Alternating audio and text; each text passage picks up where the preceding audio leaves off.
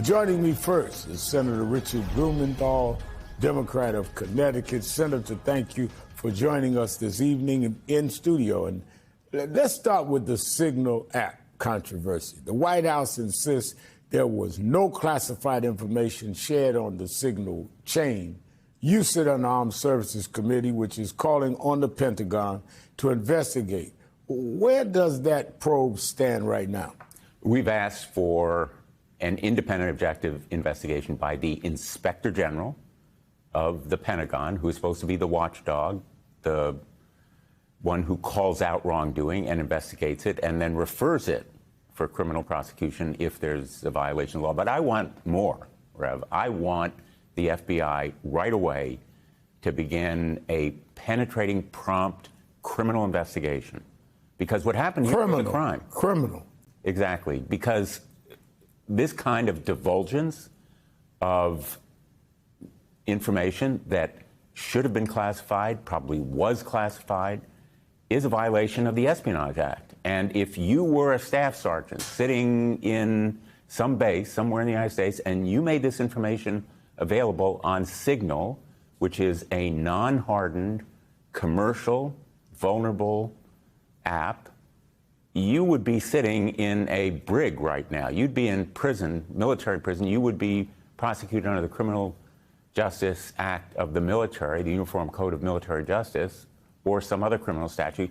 I think the same laws ought to apply to Hegseth, Walz, and others who may be held accountable. That's the key term here, I think, is accountability, because we're learning more, Rev, about the ramifications, the destructive implications of this. And this was an actual exercise. I mean, a building was hit, a child was killed in the building. I mean, we're not talking about some fantasy here that they were talking about. The vice president was on the call, the secretary of defense, secretary of state. I mean, you're talking about as high as you can go. And none of them recognize an icon on there that they supposedly didn't know, and they're talking freely like this. Do you think anyone should be fired? I think they ought to be fired if they don't resign. Hegseth and Walz should resign. There should be a criminal investigation. There should be a prosecution if the facts warranted. From what we know right now, there was a crime. And let me say something more, and your point is exactly right on. We're not talking here about war games. We're talking about an actual mission of a pilot who is about to be launched from an aircraft carrier, one of ours, 2 hours away approximately from being in the range of the Houthi air defense, very sophisticated, given to them by Iran, putting his life in danger.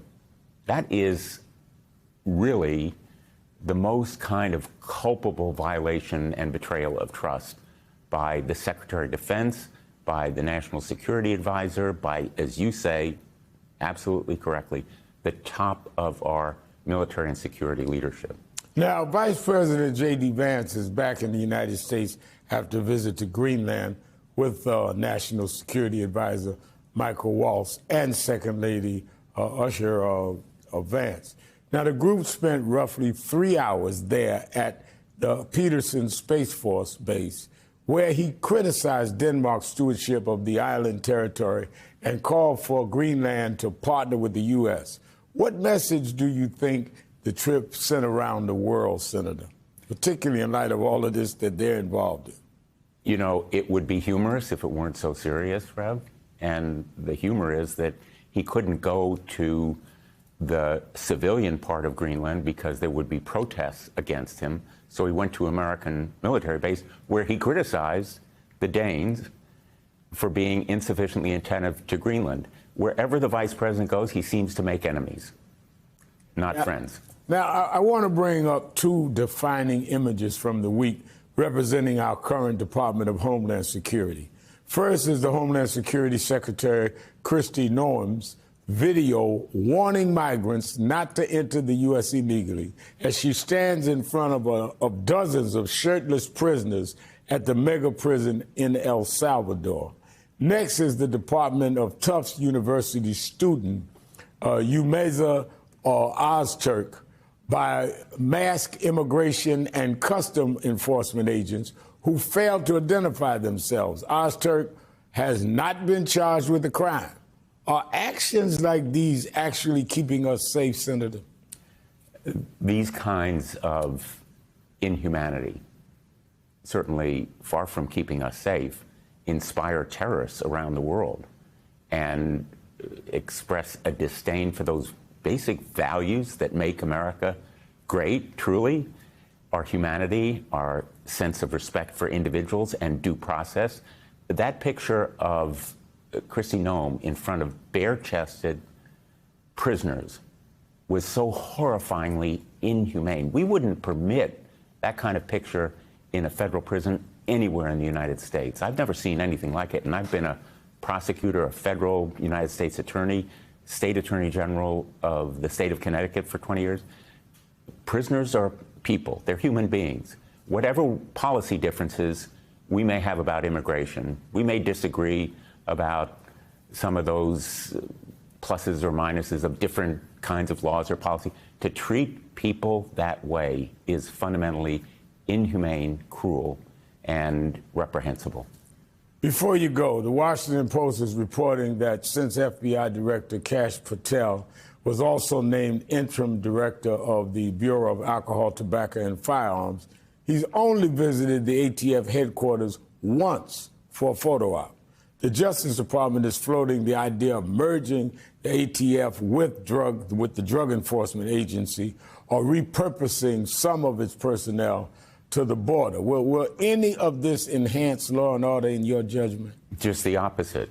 You know, we had a good decision from the Supreme Court just this week saying that the ban on ghost guns can be continued. They are unserialized guns that can be literally assembled on a kitchen table somewhere, but are becoming more and more crime guns that are dangerous to our law enforcement as well as others. The ATF has a responsibility for apprehending and stopping ghost guns as it does gun violence in general.